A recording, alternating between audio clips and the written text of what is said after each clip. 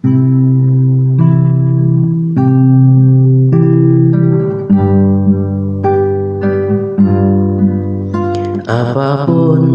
yang terjadi di dalam hidupku, selalu ku berkata, Tuhan Yesus baik. Dalam segala hal yang terjadi, tetap ku berkata, Tuhan Yesus baik. Apapun yang terjadi di dalam hidupku, selalu ku berkata, Tuhan Yesus baik.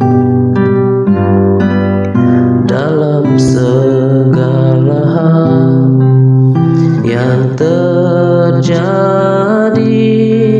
tetap ku berkata, Tuhan Yesus baik. Ku sembah Kau, ku sembah Kau, tak dapat ku membalas kasih-Mu. Ku sembah Kau, ku sembah Kau Tuhan. Ku rindu selalu menyenangkan-Mu.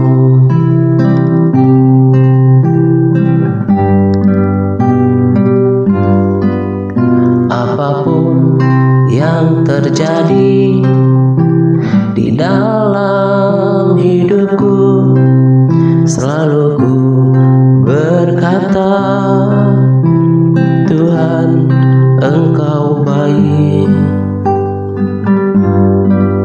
Dalam segala hal yang terjadi,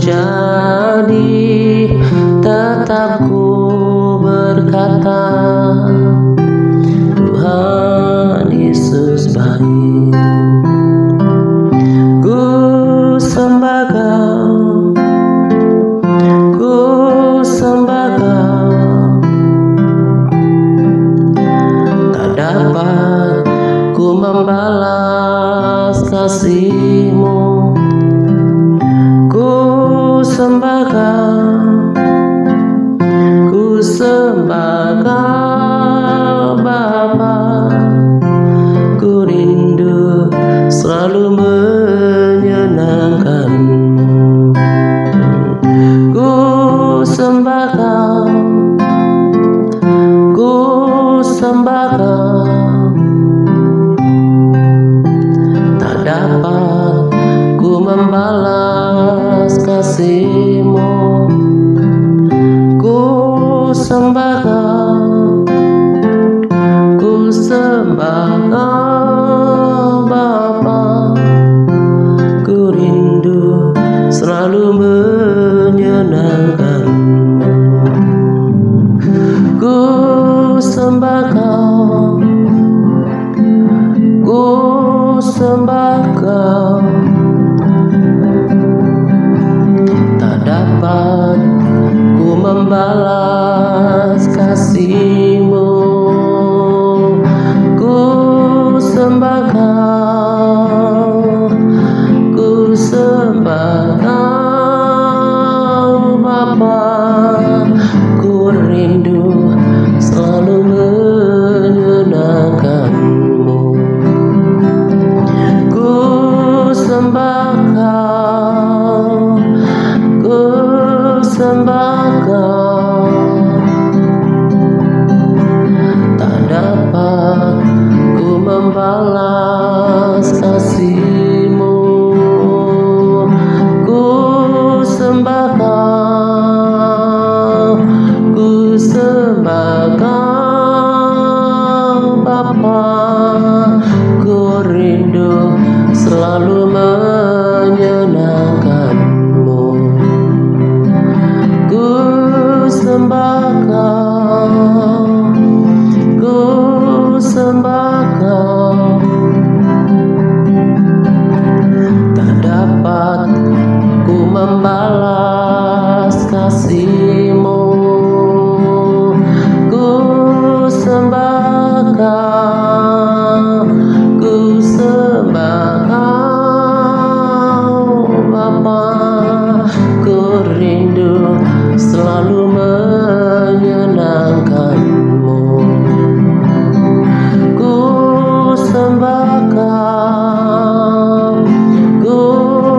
sembah Kau, tak dapat ku membalas kasih-Mu. Ku sembah Kau, ku sembah Kau Bapa. Ku rindu selalu menyenangkan-Mu. Ku rindu selalu menyenangkan-Mu. Ku rindu selalu menyenangkan-Mu.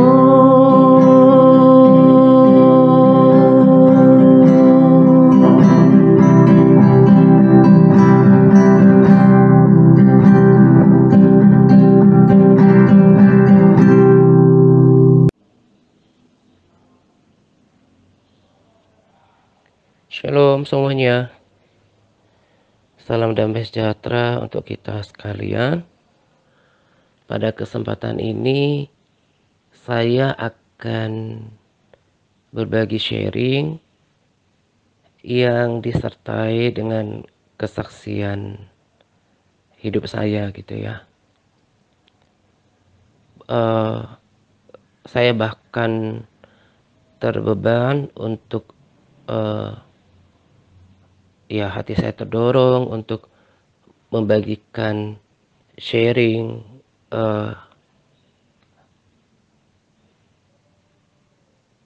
dengan topik ini itu datang dari kesaksian hidup saya gitu ya, dan kiranya menjadi berkat dan kekuatan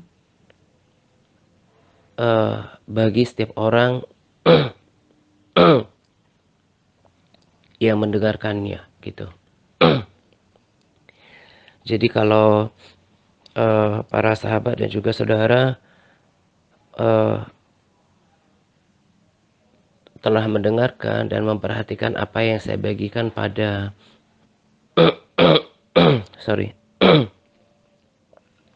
pada sharing terakhir, saya ceritakan di sana bahwa saya sedang menghadapi beberapa pergumulan gitu ya, dan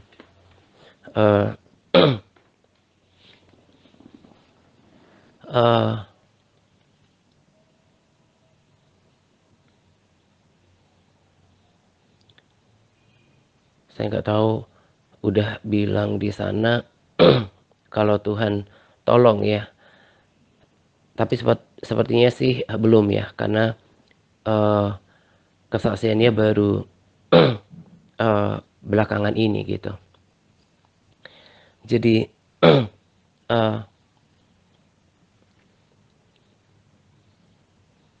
dari beberapa masalah atau persoalan yang saya sedang hadapi beberapa waktu yang lalu ya, belakangan ini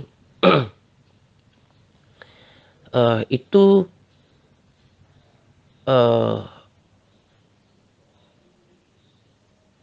awalnya memang memberatkan gitu ya, mengganggu fokus saya dalam melayani, dan memang pada dasarnya begitu gitu ya. Iblis justru pakai masalah untuk melemahkan kita, melemahkan iman kita, melemahkan semangat kita dalam mengikut Tuhan. Dia akan pakai keadaan yang belum berubah untuk menyerang pikiran kita dan berkata bahwa sia-sia saja berdoa gitu ya, sia-sia saja memuji Tuhan dan juga berpuasa, toh belum ada yang berubah gitu ya.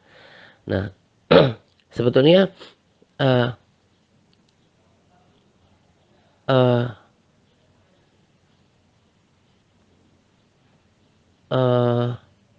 kenapa orang kemudian menjadi lemah, bahkan kecewa sama Tuhan di tengah masalah, itu karena karena, eee, dia berfokus pada masalah. Dia, eee, dia salah fokus gitu ya.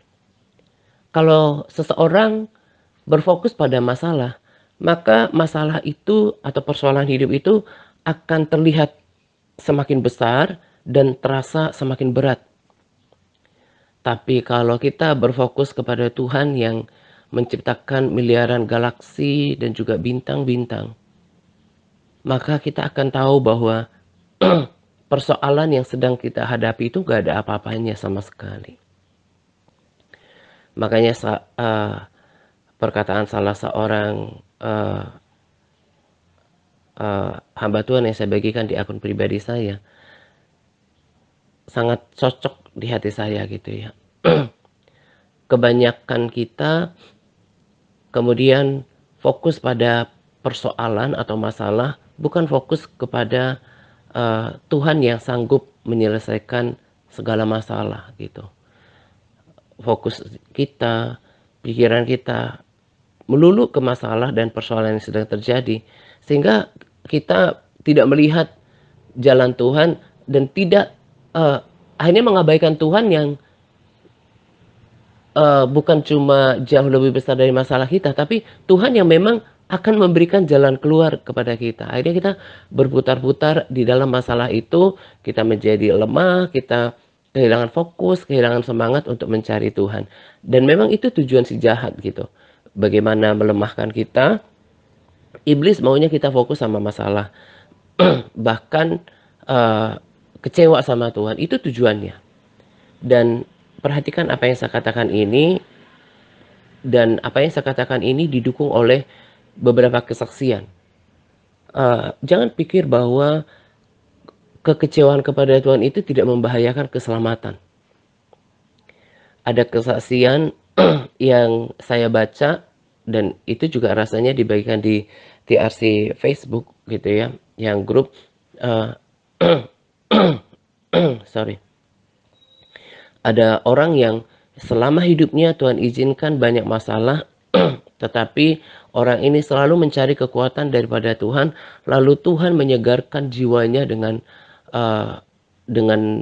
dalam penglihatan itu ya, menenggelamkan dia ke dalam air kehidupan, sungai kehidupan yang kemudian menyegarkan kekuatannya. Dia punya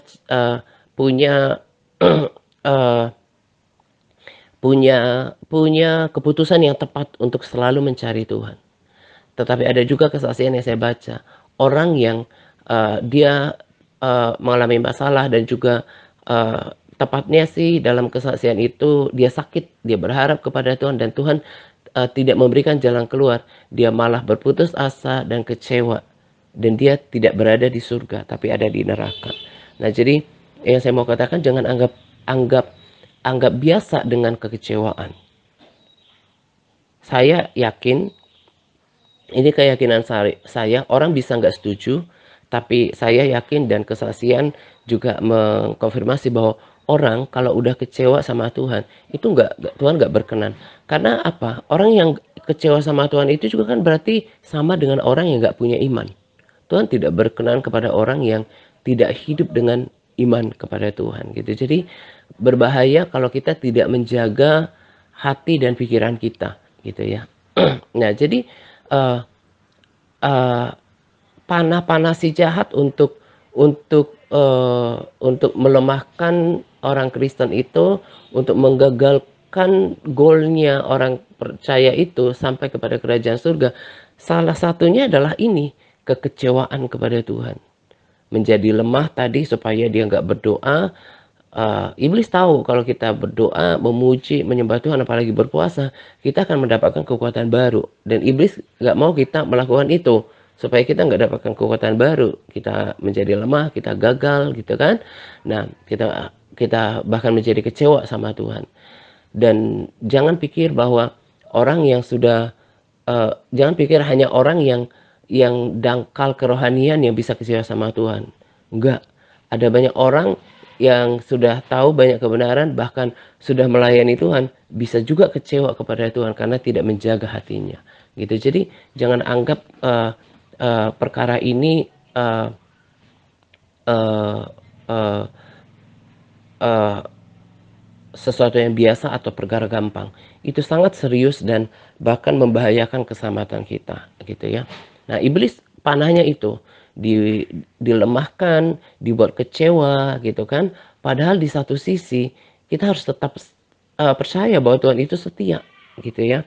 Dalam Capas saya uh, uh, uh, taruh juga ayat firman Tuhan bahwa Tuhan itu setia, gitu. Dia akan memberikan kepada kita jalan keluar sehingga kita dapat menanggungnya. Lalu kemudian di sana juga saya taruh ayat firman Tuhan di Lukas 18 ayat 7 bahwa bukankah Tuhan akan segera mengulurkan tangannya kepada orang-orang pilihan yang siang malam berseru kepadanya. Adakah ia akan segera membenarkan mereka. Nah, jadi kalau kita fokus pada masalah yang sedang terjadi, persoalan yang sedang terjadi, kita akan kehilangan fokus terhadap Tuhan dan janjinya. Akhirnya kita menjadi lemah, kita nggak lagi berdoa karena kita berpikir kok gunungnya belum berpindah walaupun berdoa. Padahal kan ada prosesnya, ada waktunya Tuhan. Justru Tuhan ingin kita memiliki kesaksian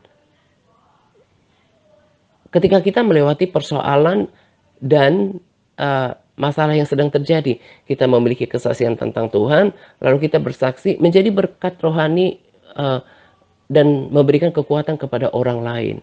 Jadi ada nilai yang lebih tinggi sebetulnya yang Tuhan pengen kerjakan dalam kehidupan kita, gitu kan? Nah, seperti saya misalnya, saya nggak mungkin bersaksi kalau bahkan di posisi saya sekarang maksudnya ya, Tuhan berikan saya kesempatan untuk menuntun sekelompok orang gitu ya, uh, uh, memberkati sekelompok orang itu hanya dari kesaksian. Artinya apa? Kalau saya gagal untuk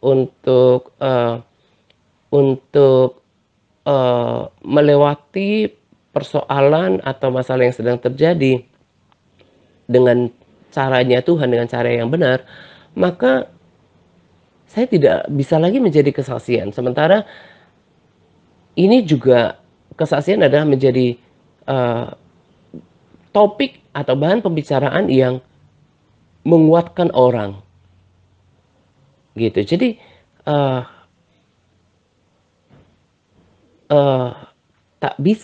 tak mungkin menjadi berkat, menjadi kesaksian kalau kita seorang yang kalah gitu.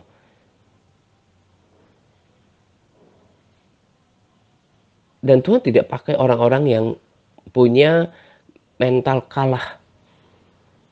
Kemarin saya lihat bagaimana para tentara, prajurit Ukraina gitu ya dalam menghadapi Rusia gitu. Cuma dari hal sederhana, bagaimana mereka berjalan, mereka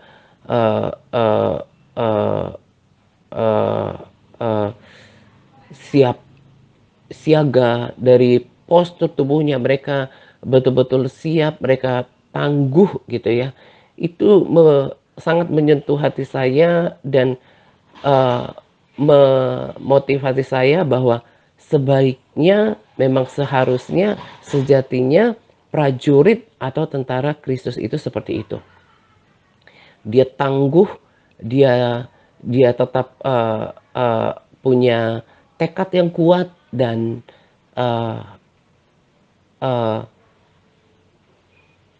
harus bisa abai terhadap segala resiko, segala gangguan yang datang daripada si jahat. Tetap fokus seolah-olah tidak terjadi apa-apa. Memang itu tidak mudah gitu ya. kita harus membayar harganya, kita harus melatih diri untuk tetap bisa fokus kepada Tuhan di tengah masalah.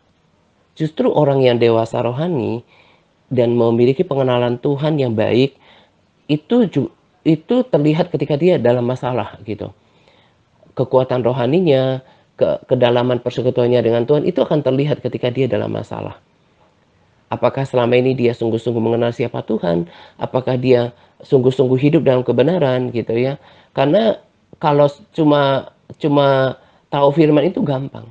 Tapi bagaimana mengaplikasikannya di setiap situasi, termasuk ketika dalam persoalan, dalam masalah, kita bisa nggak menghidupinya, menghidupi kebenaran itu, tetap setia, tetap percaya janji Tuhan. Itu perkara yang sukar gitu. Itu juga bagian daripada pintu yang sesak dan jalan yang sempit menurut saya gitu. Nah, kita juga Tuhan harapkan seperti itu di tengah masalah. Dan ada hal yang ilahi, yang kekal, yang Tuhan kerjakan di dalam diri kita ketika kita Tuhan izinkan menghadapi persoalan, gitu kan? Nah, beberapa waktu yang lalu ketika pada sharing terakhir, saya katakan bahwa Tuhan izinkan saya menghadapi persoalan yang cukup pelik menurut saya, bukan cuma satu dua hal gitu ya. Tetapi saya selalu katakan bahwa God is in control, dan uh, uh, saya harus katakan bahwa, dan saya nggak mau munafik dan saya juga nggak jaim gitu ya. Ada waktu di mana perasaan saya berkecamuk ketika memikirkan kok ini masalah ruwet gitu ya, masalahnya itu ribet gitu.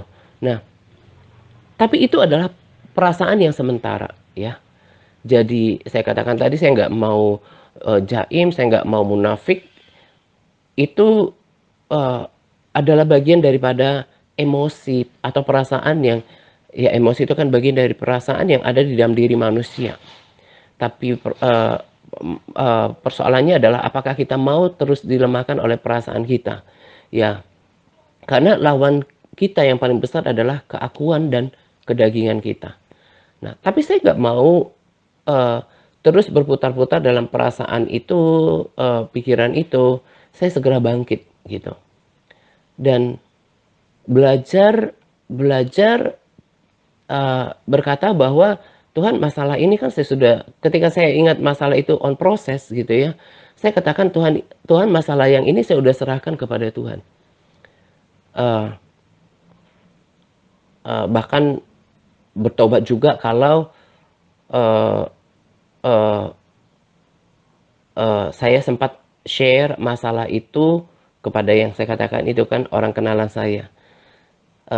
Firman Tuhan kan berkata bahwa sia-sia penyelamatan dari manusia. Terkutuklah orang yang mengandalkan manusia. Saya bertobat juga untuk itu, dan saya malah berpikir bahwa, dan diinsyafkan gitu ya, justru ketika ada perkara yang terlalu sulit bagi kita butuh tangan dari tempat yang maha tinggi. Pertolonganku di tempat maha tinggi. Nah, bukan kekuatan manusia yang justru levelnya masih dunia. Tapi pertolongan kita harus berharap kepada pertolongan yang maha tinggi gitu. Nah, dan pertolongan berharap pada manusia sia-sia juga menjadi terkutuk. Dan saya perlu tambahkan di sini bahwa ini ya, ketika Tuhan lepaskan saya dari beberapa diantaranya, masih ada yang terlalu pelik sih, hanya satu ya.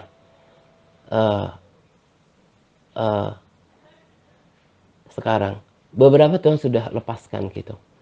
Saya mau katakan kepada kita semua gini, justru kebodohan yang kita lakukan ketika ada dalam masalah gitu ya, seperti menjadi terlalu fokus pada masalah, ketakutan, kekhawatiran, stres, itu justru tidak menambahkan apa-apa. Sama seperti firman Tuhan katakan bahwa apakah kekhawatiran kita dapat menambah satu hasta? Enggak. Kekhawatiran kita, ketakutan kita, pusingnya kita, stresnya kita, sikap yang salah yang kemudian berespon pada masalah itu tidak akan mengubahkan apa-apa. Seperti yang terakhir ini kan, eh, Tuhan itu luar biasa, Dia sangat sempurna. Dia tahu harus menolongnya kapan. Dia nggak pernah terlalu awal dan juga tidak pernah terlambat. Eh, ketika Tuhan melepaskan saya dari eh, eh, eh, eh, saya katakan ini sebetulnya dua masalah, tapi Tuhan kasih lebih. Karena memang Tuhan itu adalah Tuhan yang selalu memberikan lebih daripada apa yang kita doakan dan pikirkan. Dia luar biasa. Jadi Tuhan lepaskan saya dari pergumulan saya. Saya berseru-seru kepada Tuhan dan tepat pada waktunya Tuhan sediakan apa yang saya perlukan. Tuhan buka jalan dan setelah saya sadari dan evaluasi diri bahwa jalan yang Tuhan sudah buka, uh, uh, uh, ya jalan keluar yang saya sudah saksikan itu tidak ada sumbangsih daripada karena saya fokus sama masalah itu, ketakutan, kekhawatiran menjadi stres, bahkan cukup mengganggu tidur gitu ya. Biasanya kalau saya mau berangkat tidur itu butuh 10 sampai 15 menit dan itu normal sebelum terlelap gitu ya. Ada satu malam di mana saya sampai 1 jam memikirkan itu, 1 jam baru tidur gitu ya. Susah sendiri kan? Saya menemukan jalan keluar itu bukan karena saya karena saya dikuasai masalah, kemudian saya ketakutan, kekhawatiran, stres, enggak sama sekali. Tapi semata-mata karena pertolongan Tuhan. Jadi betapa meruginya saya kalau sampai kemudian berfokus sama masalah yang mencuri, merampok, merampas damai sejahtera dan sukacita saya gitu. Nah, sekarang ada satu lagi yang pelik dan saya katakan jadi ketika saya ingat pada masalah ini, saya katakan pada diri saya bahwa kan belum telat gitu ya. Masih ada cukup waktu untuk menantikan pertolongan Tuhan. Dan selalu saya katakan, God is working. Di dalam tempat yang tidak kelihatan, God is working. Dan saya katakan pada diri saya, Tuhan sedang kerjakan gitu ya. Dan dia nggak pernah terlambat. Belum terlambat kok gitu. Ini waktunya belajar untuk bersabar, berharap sama Tuhan, terus melatih diri untuk tidak fokus pada masalah, untuk menguasai diri, tetap bersyukur, tidak kehilangan damai sejahtera dan sukacita. Itu perlu latihan, perlu komitmen diri. Justru harus tunjukkan itu di hadapan Tuhan supaya Tuhan bersuka, Tuhan senang dengan kita. Iblis sih maunya kita fokus sama masalah, bahkan kecewa sama Tuhan gitu. Itu tujuannya. Jadi ada dua kayak apa ya, dua kepentingan, dua tujuan. Tuhan mau kita menunjukkan sikap yang benar ketika ada masalah, dan para malaikat akan bersorak-sorai, akan memberikan semangat kepada kita, dan Tuhan memberikan semangat kepada kita gitu ya. Nah, di satu pihak iblis dan para antek-anteknya berusaha untuk menyerang pikiran kita, untuk berkata bahwa sia-sia juga berdoa gitu ya, nggak ada yang berubah. Nah, sekarang kita mau pilih yang mana? Kita harus selalu mengerti bahwa Tuhan itu ada, dia nyata, He is a living God, dan dia memperhatikan. Dan si iblis juga mengaum-ngaum berada di sekeliling kita untuk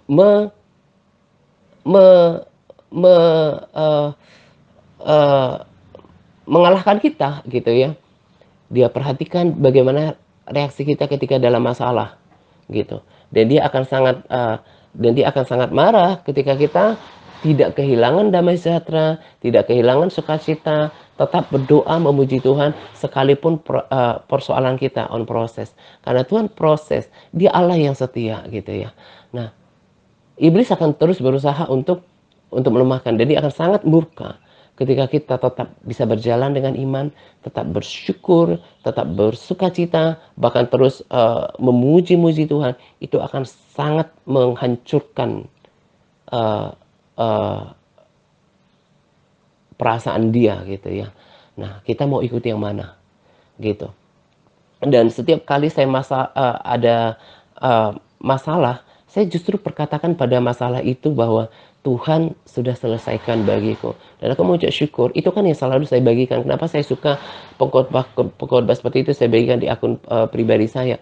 Saya suka hamba Tuhan yang seperti itu gitu ya. Yang jadi kemarin kan saya di waktu-waktu yang lalu kan saya udah bilang gitu ya. Dari tontonan kita, dari bacaan kita itu kelihatan siapa kita. Dari apa yang kita baca, apa kita bermental pemenang, yang orangnya semangat gitu, atau kita sukanya dengerin konten yang halu gitu ya, yang halu, yang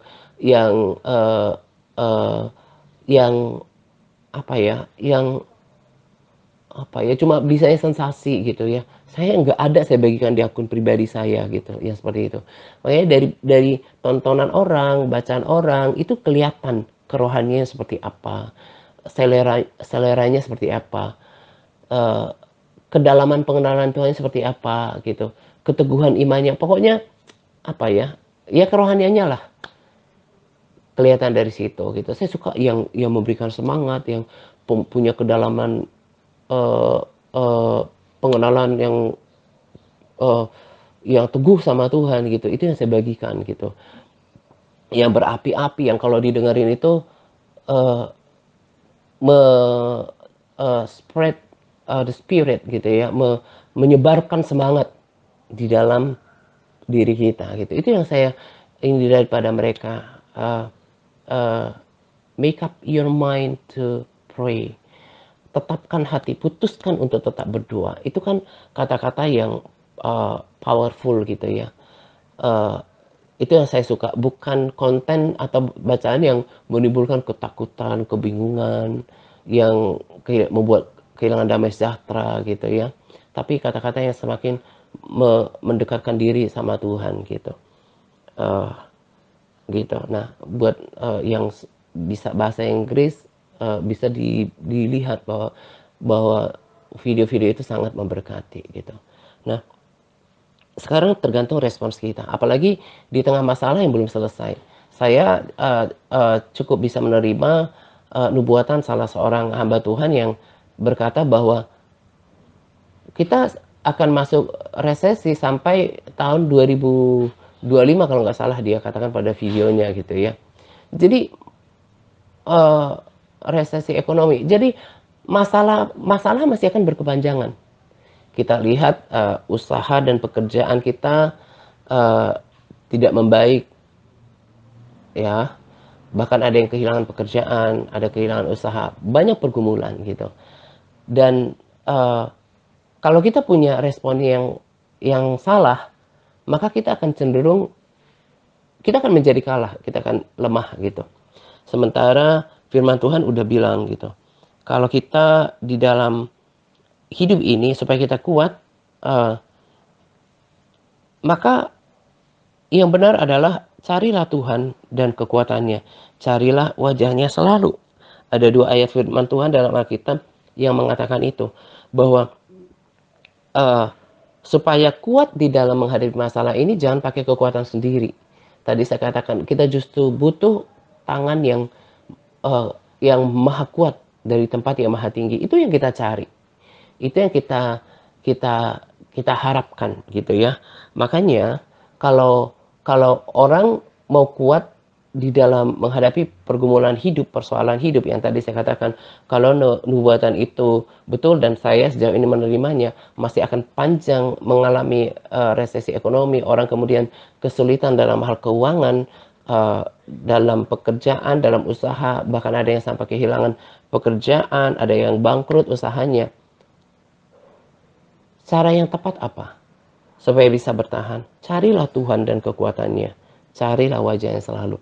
Makanya kalau mau keluar sebagai orang yang overcomer atau more than a conqueror, seorang pemenang bahkan lebih daripada pemenang, cari wajah Tuhan. Makanya di dalam pelayanan ini ditetapkan ber-PPW, Elpar, itu bukan aturan pelayanan, enggak. Tapi itu semuanya dari firman Tuhan, menjadi bagian daripada tuntunan bahwa kalau mau semakin kenal Tuhan, bertumbuh dalam rohani, dan kuat dalam masalah, memang harus berdoa. Kita akan gagal menghadapi persoalan yang terjadi kalau kita tidak mengandalkan Tuhan. Di Mazmur 84 juga ayat 4, ayat 5 sampai dengan 8 sudah biasa kita mendengarkannya. Berbahagialah orang yang diam di rumahmu, yang terus-menerus memuji-muji Engkau. Berarti diam di dalam rumah Tuhan itu kan satu hal yang ku rindu, berdiam di dalam rumahmu. Itu tidak selalu bermaksud di dalam gereja, gedung gereja. Apalagi sekarang ini orang sudah live streaming. Kemarin juga saya dengarkan dalam satu video, kita kan sudah berada di mana orang menjadikan dunia sosial media itu seperti alam nyata. Jadi nggak selalu berarti ini harus di bait Allah yang gedung. Tapi kita harus membangun bait Allah di dalam hidup kita, di dalam rumah kita. Ini berbicara justru lebih kuat adalah di dalam hadirat Tuhan. Hadirat Tuhan yang kita ciptakan sendiri lewat apa? Komitmen diri untuk berdoa, memuji Tuhan, membangun tata Tuhan lewat pujian, penyembahan, berpuasa komplit. Maka kita akan menjadi kuat. Yang terus memuji-muji Engkau. Pujian dan penyembahan itu senjata. Jadi pedang roh itu bukan cuma firman, tapi there is a power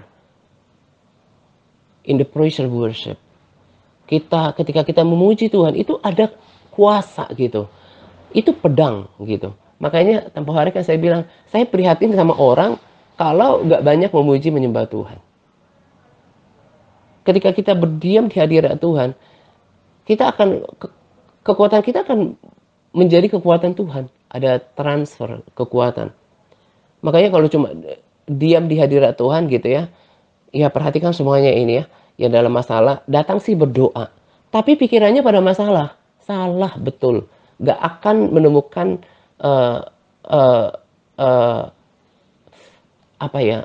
gak akan menemukan, tidak akan mengalami kemaksimalan dalam persekutuan dengan Tuhan. Datang sih kepada Tuhan katanya berdoa, tapi fokusnya sama masalah. Salah, itu tidak akan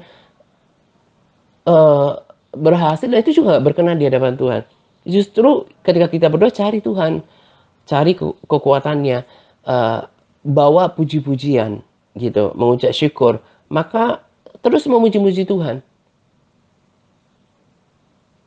bermazmur. Nah kalau datang kepada Tuhan katanya sih doa, tapi selama doa itu yang dipikirin masalahnya terus gitu, ya akan semakin berat. Selesai pun berdoa bukannya dapatkan damai sejahtera, kekuatan, keyakinan, bukan, tapi tetap terpuruk gitu, nggak menjadi semakin kuat gitu. Kasihan dan prihatin dengan kekristenan seperti ini.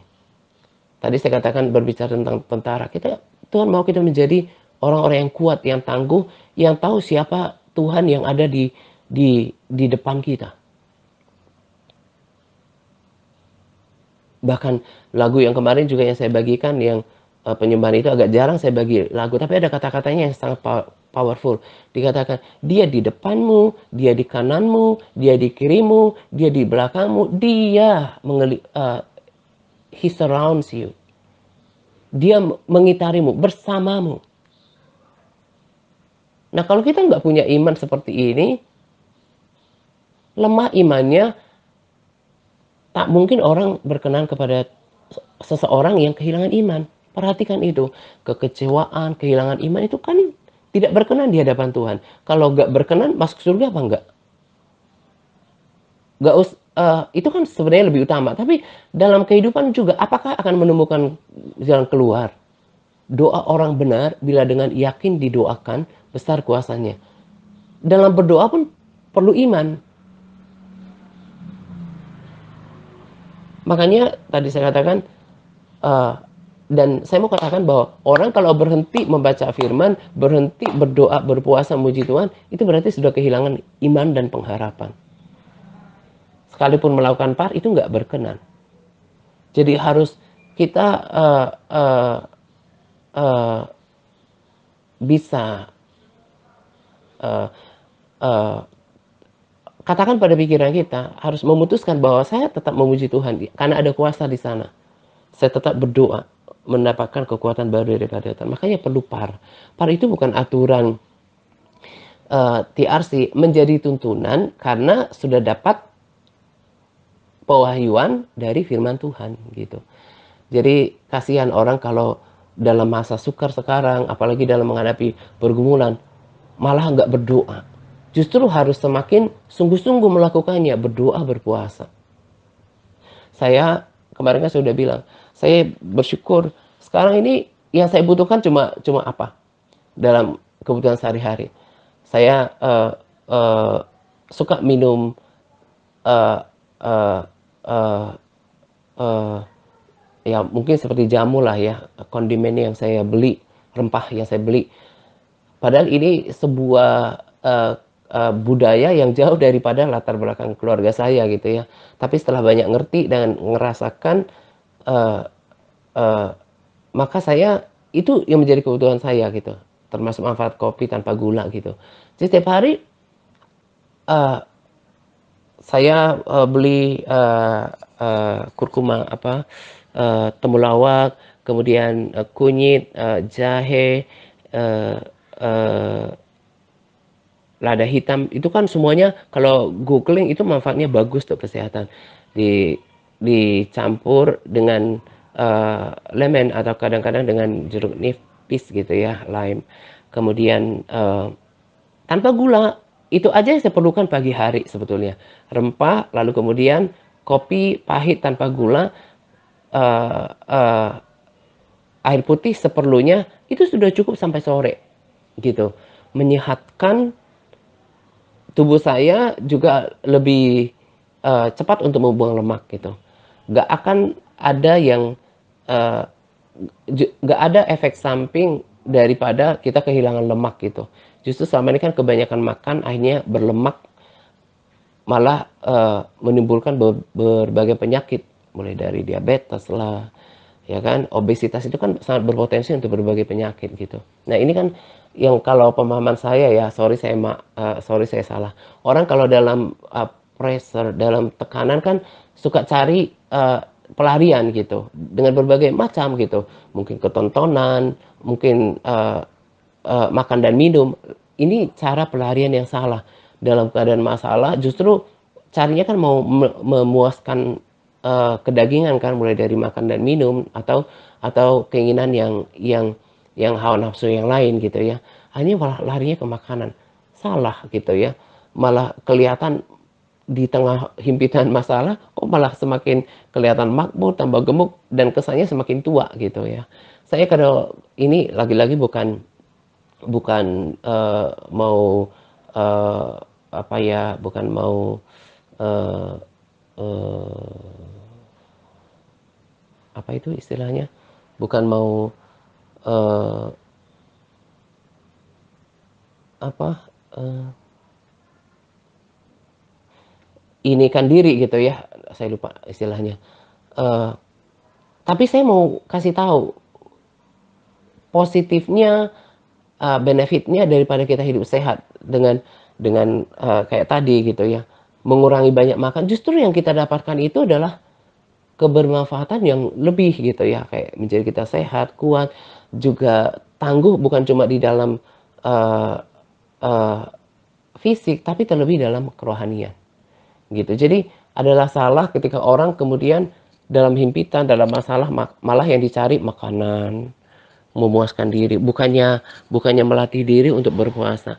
Saya menjadi saksinya, tak akan menjadi sakit tak akan menjadi sakit atau pusing, eee, sekalipun kita sudah, berumur gitu ya, kalau berpuasa, asal dilakukan dengan niat hati yang benar, dengan pemikiran yang, baik, dengan cara yang benar gitu ya, dengan pola hidup yang baik, justru itu akan menyehatkan kita, gitu.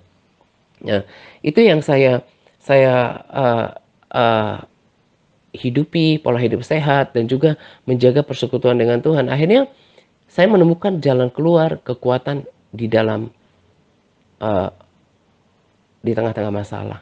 Saya nggak pernah tinggalkan persekutuan saya dengan Tuhan di pagi hari, kecuali itu sebuah jarang ya, sebuah kejarangan atau jarang sekali saya, tidak berdoa itu karena mungkin sangat kecapean, itu saya rasanya hitung hitung dari 7 tahun yang lalu ya, bisa cuma dihitung, eee, jari gitu ya.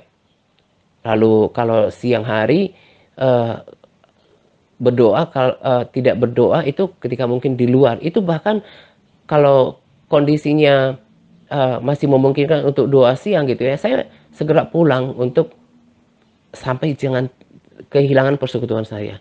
Tuhan melihat kesetiaan kita dan saya dapatkan, kekuatan itu dari situ. Tidak pernah, bukan tidak pernah ya, berkomitmen untuk menjaga persekutuan pagi, siang, dan malam. Nggak pernah saya nggak pernah, mengkompromikan ini kalau tidak terpaksa, gitu ya. Itu yang difokuskan, berpuasa dan tadi saya katakan kalau dilakukan dengan pengertian yang benar, hati yang tulus, hati yang murni, nggak akan berdampak buruk bagi kesehatan kita, bahkan sekalipun kita sudah berumur. Asal tidak sedang dalam kondisi sakit secara fisik ya, memang sakit secara fisik. Tapi kalau sehat-sehat aja, dia punya niat hati untuk berpuasa, punya pikiran yang cukup, motivasi yang baik, puasa itu menyehatkan gitu. Justru kebanyakan makan itu yang menyebabkan obesitas, menyebabkan berbagai, potensi, timbulnya komorbid, di dalam diri seseorang menjadi bawaannya ngantuk gitu ya, eee eee, ya sampai pada mungkin gula darahnya, meningkat, yang diabetes lah, kemudian juga kolesterol gitu ya. Tapi kalau kita hidup sehat tadi dengan kondimen, dengan rempah-rempah, dengan, eee ya pola hidup sehat, banyak puasa, itu justru saya bilang menyehatkan. Bukan cuma fisik kita, tapi roh kita. Nah, orang-orang yang menjaga, eee, kekuatannya bersama dengan Tuhan, inilah yang terus mampu melewati masa-masa sukar, gitu. Jadi, eee, bagi kita yang mau tetap kuat menghadapi masalah ini, cari Tuhan dan kekuatannya. Bangun terus persekutuan, diam di hadirat Tuhan, lewat doa, praise and worship, jangan ditinggalkan, bahkan berpuasa. Justru ketika dalam masalah itu harusnya kita datang berpuasa, merendahkan diri kepada Tuhan. Oh iya, saya mau tambahkan, kan beberapa orang yang sakit asam urat juga dan juga, eee eee, asam lambung gitu ya.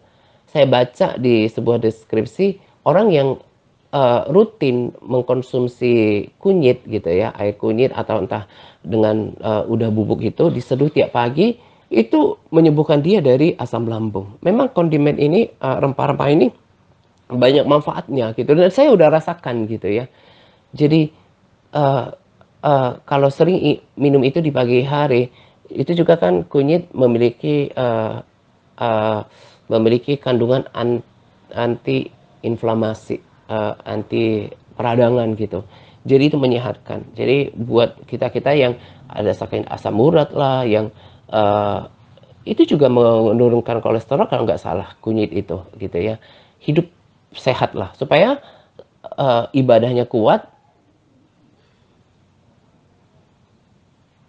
eee menjadi mudah melakukan ibadah disertai niat yang yang yang yang murni, yang tulus gitu ya, maka menjadi mudah semuanya gitu.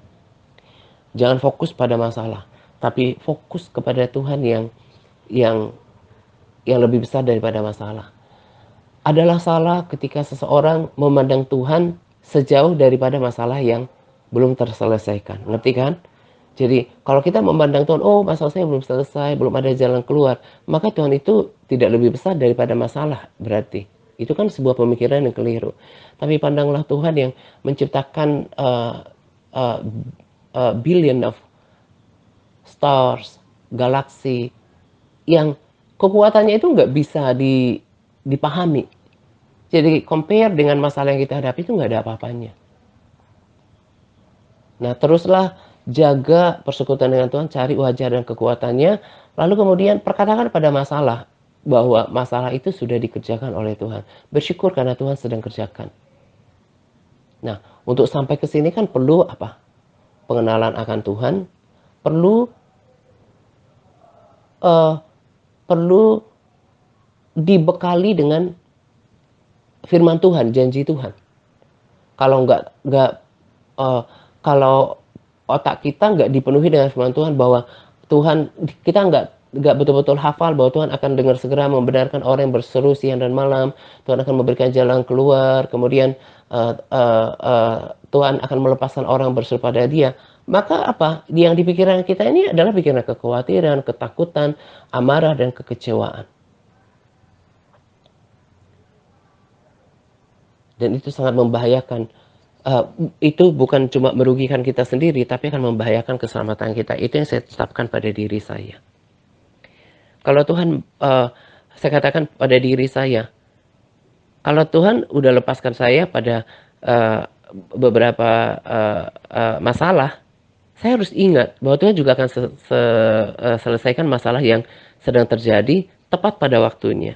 Saya katakan pada diri saya, kan belum kepepet gitu ya. Gak mungkin Tuhan yang baik, Bapa yang baik, sedangkan Bapa di dunia saja peduli dengan persoalan anaknya. Terlebih Bapa yang baik itu kan. Nah, Tuhan hanya ingin mengajarkan kita percaya kepada Tuhan. Hidupi nggak firman yang berkata carilah Tuhan dan kekuatannya, berdiam diri nggak di hadiratnya, berharap penuh nggak sama Dia. Apakah kita tetap percaya atau menjadi kecewa? Ada karakter yang Tuhan sebetulnya ingin tanamkan di dalam hati kita, dan itu yang lebih Tuhan utamakan, dan itu yang Tuhan suka. Saya katakan bahwa saya putuskan diri saya untuk tetap bersuka cita, tetap menjaga damai sejahtera. Ketika saya ingat masalah itu, saya perkatakan masalah itu sudah diselesaikan oleh Tuhan. God is working. Tuhan sedang selesaikan itu bagiku. Dan saya nggak mau kehilangan persekutuan saya sama Tuhan. Dan saya menjadi kuat. Bisa memberkati saudara dengan perkataan saya. Bisa menguatkan lutut yang goyah. Menguatkan orang yang lemah. Menjadi berkat. Tuhan disenangkan, dan saya tahu ada upah di sana. Ketika kita menjadi garam, menjadi terang, menjadi berkat bagi orang lain. Itu kan juga menjadi berkat. Oh Tuhan, pakailah hidupku selagi aku masih kuat. Bila saatnya nanti ku tak berdaya lagi. Apalagi udah nggak tiada gitu ya. Hidup saya pernah jadi berkat lewat kesaksian, lewat perkataan. Orang bisa lihat dia tetap kuat di dalam masalah. Itu kan luar biasa. Jadi yang sedang menghadapi pergumulan, renungkan firman Tuhan dan kiranya dikuatkan, dimotivasi dengan kesaksian ini. Tuhan gak pernah terlambat. Lalu di sini juga saya mau katakan bahwa jangan kita hanya jangan saya istilahkan terlalu melo, artinya selalu juga merasa bahwa ini Tuhan izinkan terjadi, saya membahasakannya di otak saya ini, karena memang saya kan udah benar gitu ya, Tuhan ini karena Tuhan izinkan terjadi gitu. Sekalipun misalnya kita udah punya respons yang benar, tapi kita juga di sisi lain harus evaluasi diri. Jangan-jangan ini karena ulah kita sendiri, karena ketidaktaatan kita, karena ketidaksetiaan kita, karena kesalahan kita sendiri. Hanya kita bermasalah sendiri gitu ya. Udah tahu ketaatan, udah tahu kebenaran dari dulu, tapi kita abai. Kita nggak taat, kita nggak setia. Kita mengeraskan hati. Tuhan izinkan itu terjadi, kalau kita nggak bertobat, tak akan ada pemulihan. Atau jangan-jangan kita, karena keteledoran kita, karena kita tidak, ya karena kesalahan kita sendiri gitu ya. Jadi dalam masa-masa seperti ini justru perlu evaluasi diri juga. Selain berdiam di hadirat Tuhan, kita tanyakan apa yang what's wrong gitu ya, apa yang salah gitu. Juga meminta Tuhan apa yang harus aku lakukan gitu ya. Tuhan berikan aku kekuatan. Selain hal seperti itu, perlu juga evaluasi diri. Jangan-jangan ini masalah terjadi atas kita karena ketidaktaatan kita, ketidaksetiaan kita, karena perilaku kita sendiri gitu. Itu juga perlu dievaluasi. Jadi lewat kesaksian ini, saya sebetulnya hanya ingin meneguhkan perkataan-perkataan saya yang sudah saya pernah sampaikan di waktu yang lalu. Yang hari ini disertai dengan kesaksian. Jangan fokus pada masalah yang tidak ada apa-apanya dibanding dengan Tuhan yang jauh melebihi apapun juga. Tetap berdoa untuk mendapatkan kekuatan. Cari Tuhan dan kekuatannya. Memuji, menyembah Tuhan. Itu saya belum lanjut tadi bacain ya. Jadi berbahagia manusia yang kekuatannya di dalam Engkau, yang berhasrat mengadakan ziarah. Jadi kalau kekuatan di dalam Tuhan itu kita akan bahagia akan apa? Kita nggak mungkin gagal. Kita akan bahkan modern conquer. Lebih daripada seorang pemenang. Apabila melintasi lembah baka, persoalan, masalah hidup, mereka membuatnya menjadi tempat yang bermata air. Yang kita dapat selalu mendapatkan kesegaran baru, kekuatan yang baru. Bahkan hujan pada awal musim menyelubunginya dengan berkat. Mereka berjalan makin lama makin kuat hendak menghadap Allah di Sion. Dalam perjalanan kita, pertandingan iman kita tidak dilemahkan, tapi semakin kuat oleh kekuatan Tuhan. Jadi jangan tinggalkan persekutuan dengan Tuhan. Dan yang saya katakan tadi, jangan melakukan persekutuan yang salah. Berdoa, nundukin diri, nundukin kepala gitu ya. Tapi yang di otaknya masalah. Stres. Bahkan ada amarah, seperti amarah, kecewa kepada Tuhan. Itu salah. Angkat tangan dan katakan, Tuhan aku sudah serahkan masalahku kepadamu. Dan memuji Tuhanlah. Bahkan saya katakan berpuasa. Jangan hidup dalam kedagingan. Yang dicari makan dan minum terus. Justru tadi saya katakan, saya justru mengurangi banyak makan. Jadi kayak tadi ya, saya perlu cuma ramuan pada pagi hari. Yang tadi saya mix itu ya. Saya tambahkan sejumput gitu ya. Ya mungkin seujung sendok teh gitu ya. Ada ladanya, lada hitamnya, ada jahe merahnya, ada kunyit, ada temulawak tadi. Saya seduh, kadang saya kasih lemon tadi, kemudian kopi hitam. Itu kan membuat fokus dan juga berbagai manfaat kalau kita minum kopi tanpa gula. Selanjutnya cuma air putih sampai sore. Lalu kemudian makanan saya setelah evaluasi, memang saya kan dulu suka tambahkan pisang yang kalau matang itu kan memang nutrisinya lebih banyak yang saya baca, tapi dia kan kalorinya lebih banyak gitu. Nah, mengurangi buah yang berkalori tinggi. Jadi kebanyakan kalau udah buka puasa, selalu saya usahakan makan alpukat, lemak yang baik, kemudian protein, makan protein, kemudian justru andalan saya 80% itu sumber karbohidratnya itu dari sayur dan buah. Sayur dan buah berkalori rendah sampai sedang, lalu hanya butuh 1 sendok oatmeal sampai 1,5 sendok lah, agak jarang 2 sendok, yang biasanya saya sudah uh, uh, rendam pakai susu di kulkas, dicampur dengan buah, hanya butuh itu sore dan malam supaya nggak lapar gitu ya. Itu justru menguatkan. Tapi bukan berarti saya terlalu menyiksa diri nggak makan yang nggak enak ya.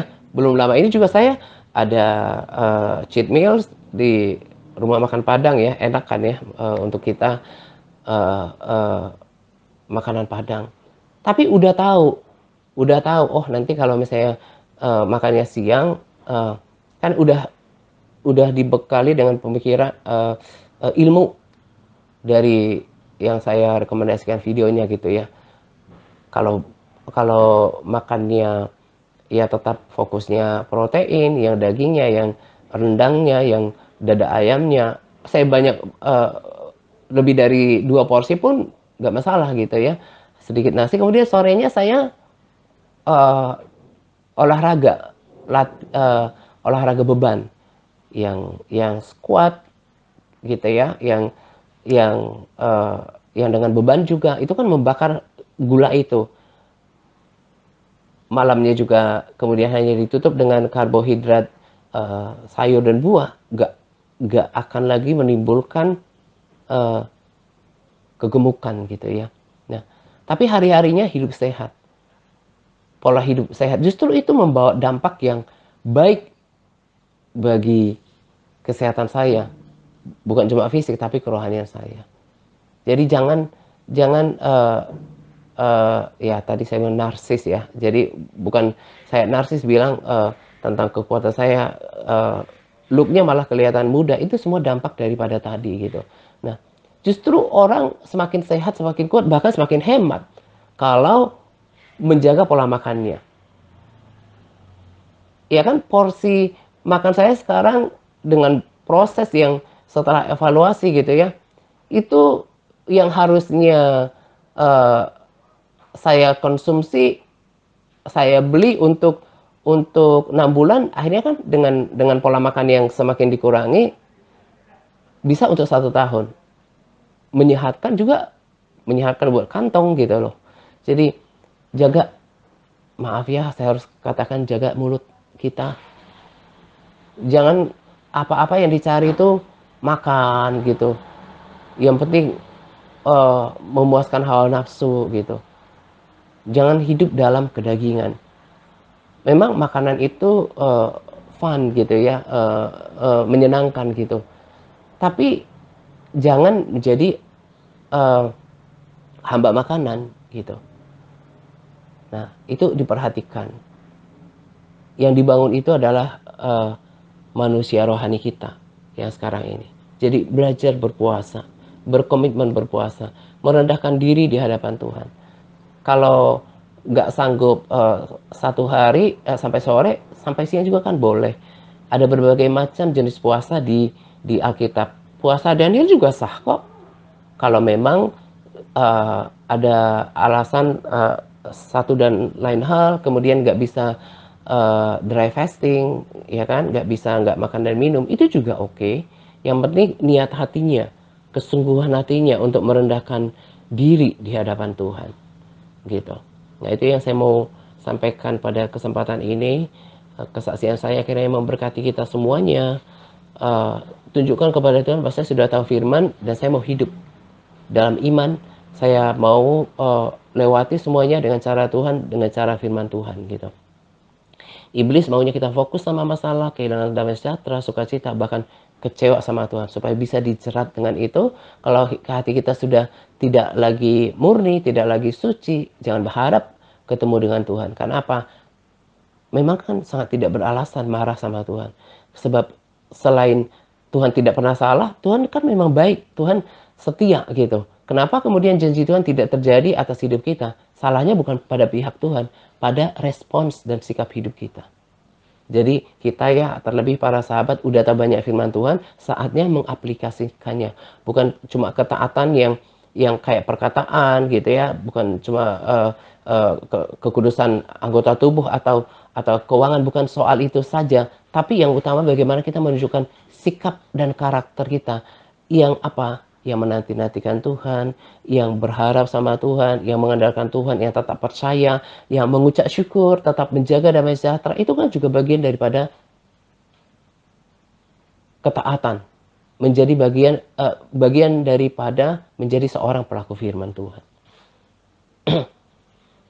Jangan sampai tahu banyak firman, nonton banyak konten sana sini, tapi aplikasinya minus. Saya katakan memang gak gampang. Tapi harus memiliki komitmen diri, punya kemauan untuk memikul salib, dan harus berlatih. Ini bahkan kita belum masuk pada hal yang sukar. Yang paling sukar yang Alkitab nubuatkan. Jadi kalau pada tahap ini saja gagal, bagaimana nanti? Jadi jangan kita yang sudah tahu kebenaran, apalagi udah tonton tentang peringatan konten-konten tentang akhir zaman, tapi kita nggak siap. Kenapa? Karena kita tidak bayar harga untuk menghidupinya. Pelihara persekutuan dengan Tuhan, pelihara ketaatan, pelihara kekudusan hidup, bayar harga untuk mencari Tuhan, bayar harga untuk berpuasa. Saya udah katakan tadi dan saya akan ulangi, gak akan menimbulkan penyakit. Justru kalau kita kehilangan lemak itu membawa dampak positif bagi kita, juga untuk kantong kita, gitu loh. Ya, akhirnya apa yang saya bagikan ini diperhatikan oleh setiap hati yang memang memiliki kerendahan hati, hati yang murni, hati yang siap diubahkan, gitu ya. Dan mereka yang memperhatikan, memiliki telinga untuk mendengarkan kebenaran firman Tuhan, dan juga kesaksian serta sharing saya, itu akan kuat bersama-sama dengan saya. Bertanding hendak menghadap Sion, ke Yerusalem baru. Kalau kita menjadi lemah, kita yang akan rugi. Apalagi kalau kita sampai kecewa.